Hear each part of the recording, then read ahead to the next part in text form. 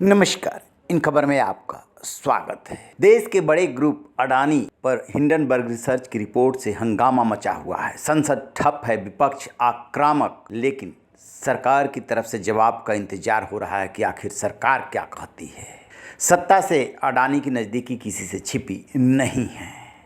विपक्ष कह रहा है कि इतना बड़ा ये स्कैम है जिसकी जांच होनी चाहिए, ज्वाइंट पार्लियामेंट्री कमेटी बननी चाहिए, लेकिन सरकार इसके लिए अभी तक तैयार नहीं है। इसी बीच देश की वित्त मंत्री निर्मला सीतारमण का अडानी को लेकर के बयान आया है। दरअसल उनसे पूछा गया था कि जो कुछ भी घटनाक्रम हुआ है उससे देश के माली हालत पे, स्थिरता पे कितना असर पड़ा है, तो निर्मला सीतारमण ने क्या जवाब दिया, सुनने लायक है। सुनिए। I am Dev from India Today and Aaj Tak. Ma'am, while the micro situation question has been answered, just want to try and understand something.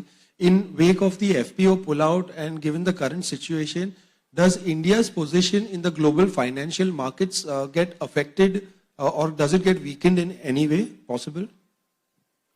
No, I don't think. Otherwise, how did our foreign exchange reserve grow? Was it 8 billion in the last 2 days?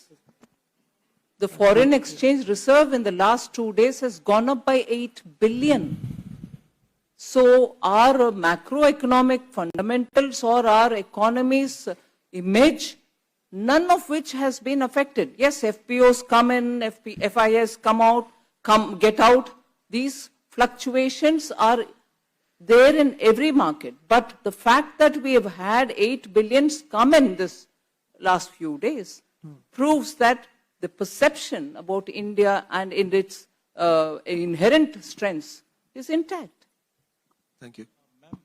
सुना आपने, वो साफ साफ कह रहे हैं कि foreign exchange reserve जो है हमारा $8 बिलियन का है। हमारी अर्थव्यवस्था बहुत मजबूत स्थिति में है, इसलिए घबराने जैसी कोई बात नहीं है। जहाँ तक बात एफपीओ की है कि अडानी 20,000 करोड़ का एफपीओ लेकर के आए, उसको वापस लेना पड़ा, क्या वो सवाल पूछ रहे क्या इससे पहले एफपीओ वापस नहीं लिए गए? यानी कि उन्होंने पलटवार एक तरह से किया है कि जो भी मॉनिटरिंग एजेंसियां हैं जिनका वो काम है वो अपना काम कर रही हैं।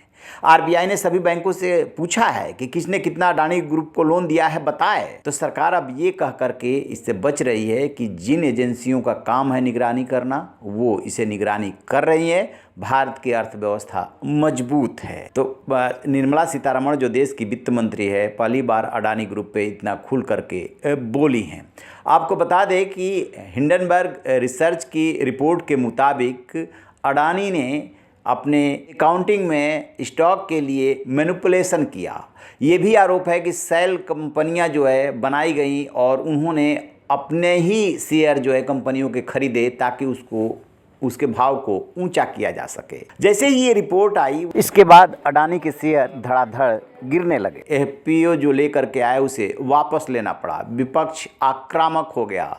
न सिर्फ भारत बल्कि दुनिया में इसकी चर्चा होने लगी। अडानी कहाँ दूसरे तीसरे नंबर पे अमीर हुआ करते थे दुनिया के, वो खिसक करके 21वें नंबर पे आ गए और चारों तरफ से घिर गए। लेकिन अब जो निर्मला सीतारमण ने बयान दिया है उसके बाद अडानी भी राहत की सांस ले सकते हैं। रहिए बेखबर, देखते रहिए इन खबर। Thank you.